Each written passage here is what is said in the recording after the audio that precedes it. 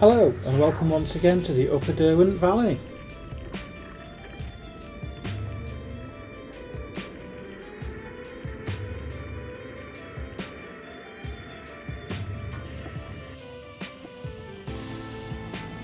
On this video we are going to be riding a 14-mile loop which is suitable for the novice off-road cyclist.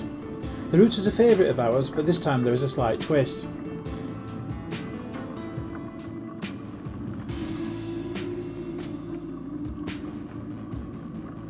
We start this ride at the Upper Derwent Visitor Centre at Fairholmes, and then we would usually head in an anti-clockwise direction around the dams. Today, however, we are heading clockwise for a slightly different experience. Heading out of the visitor centre, you would go up the ramp, and once you hit the road turn right, and then continue straight on once you reach the roundabout. At the weekends the road above Fairholmes are usually closed to motor vehicles, so this section should be relatively quiet.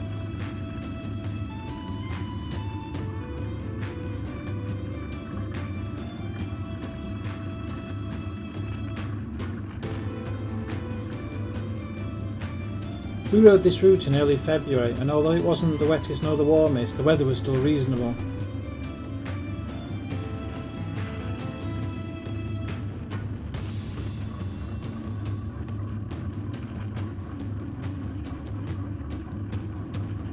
In the height of summer, the Upper Derwent Valley is very popular with both walkers and cyclists.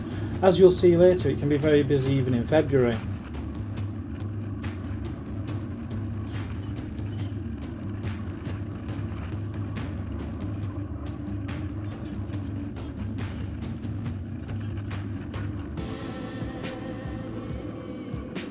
We even managed to clean the bikes as we were riding the route.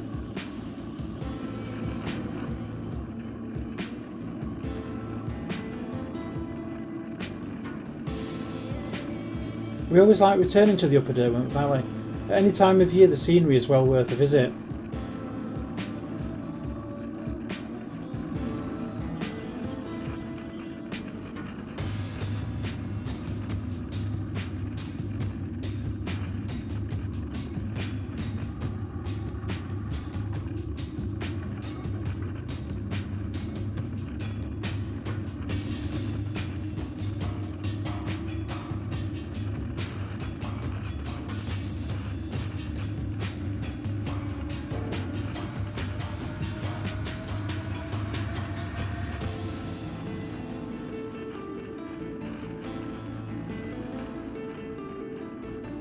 After this gate you'll be travelling over a number of different surfaces, with a variety of ups and downs to test your legs.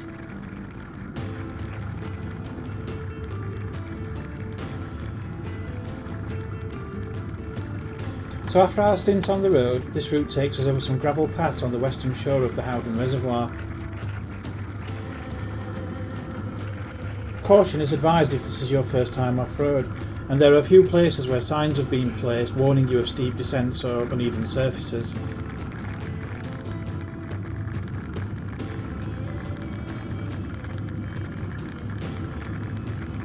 This gate marks the end of the gravelly fire road section, and the path descends to slippery stones, where we cross over the River Derwent and head south down the eastern side of the valley. You make it that hill? Cool.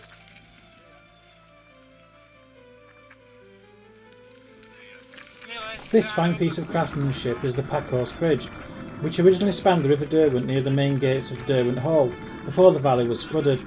It was removed stone by stone and rebuilt at the head of Howden Reservoir at Slippery Stones, as it had been designated a monument of national importance.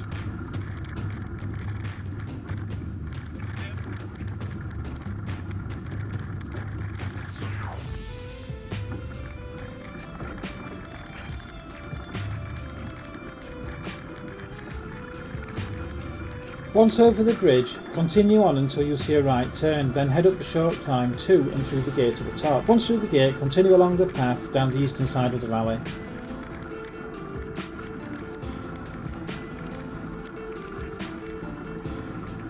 If you continue on at this point, you can climb up to Cook Gate, which will take you over to Langsett Reservoir.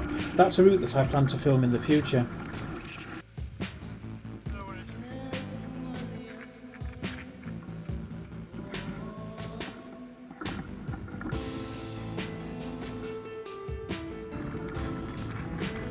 The The path we're on now probably has the most difficult terrain you're going to encounter on this ride. As you can see, it's not too intimidating. If you have suspension, switch it on and then either ride the path to the left or right.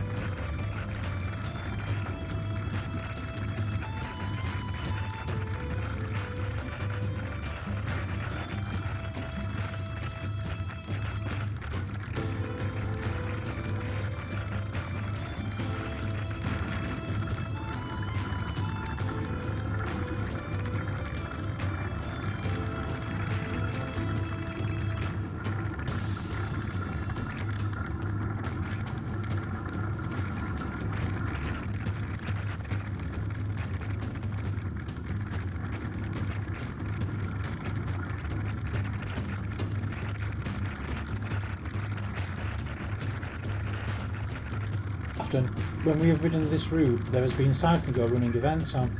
Just take care and remember, if you're not sure what's around the next corner, slow down.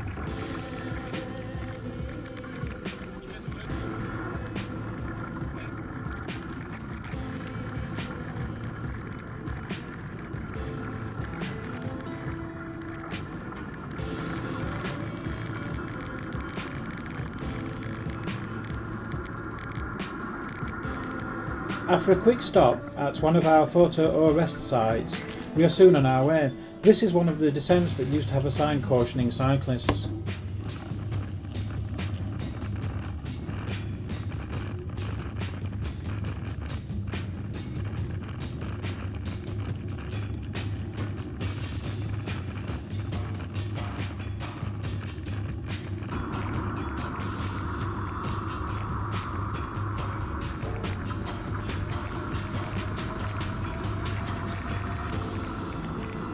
As you continue on down the eastern side of the valley, the surfaces gradually improve, first reverting back to gravelly fire roads and then quiet lanes.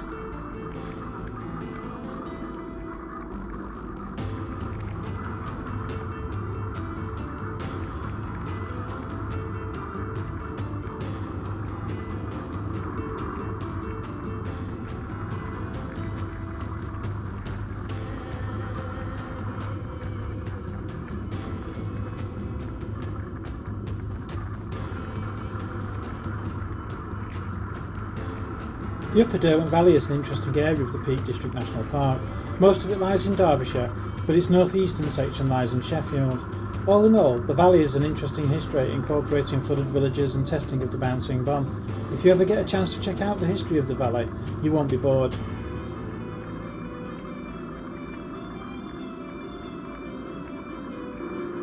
As an alternative to continuing straight ahead, you can turn right at this junction and head down to the Fairholmes Visitor Centre, cutting out a few miles of the route.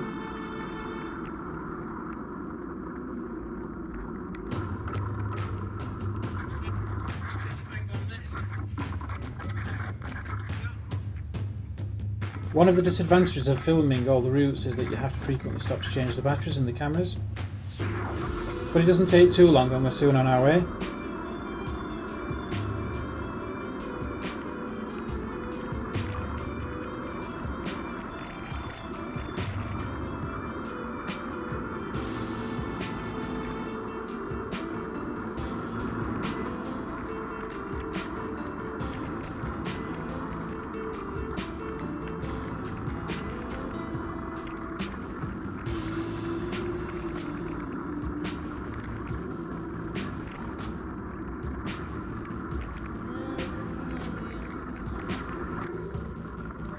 This is one of the more gravelly inclines, which unfortunately managed to best Alan on this occasion.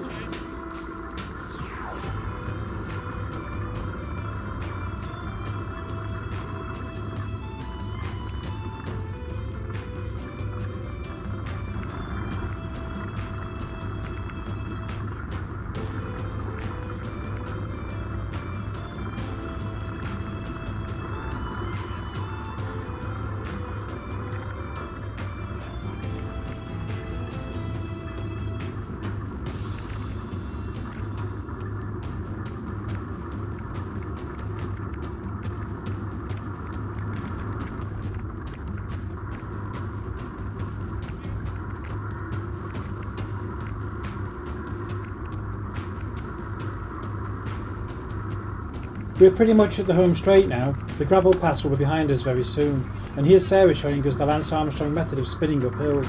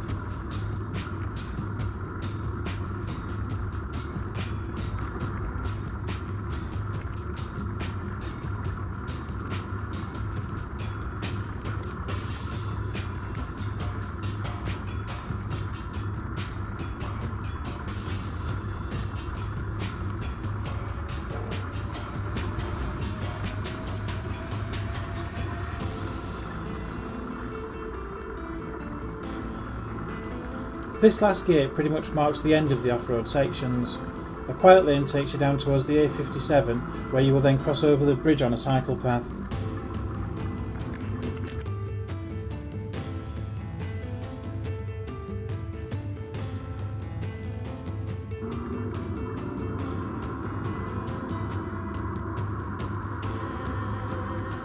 Once you reach the A57, turn right onto the pavement and follow the cycle path over the bridge.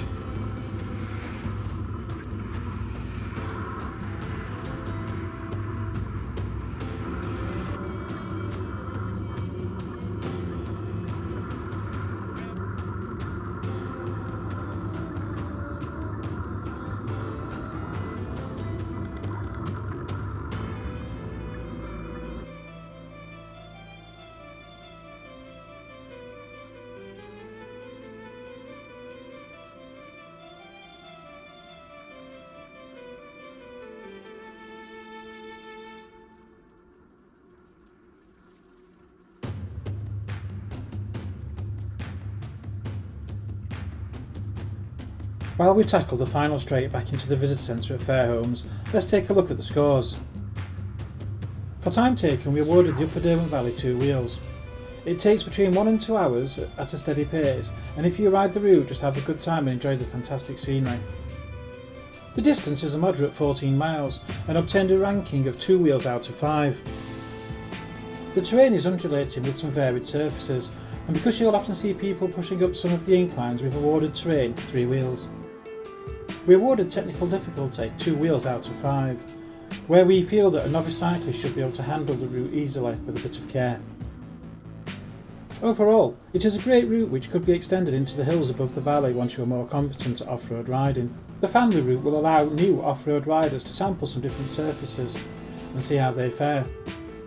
On a good day, this ride is very enjoyable.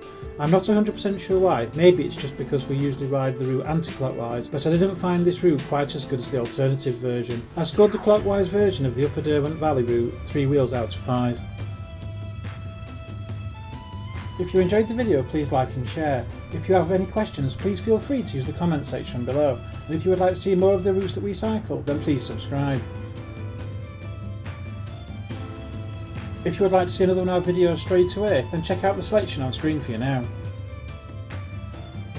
Until next time, stay safe on those trails, and thanks for watching.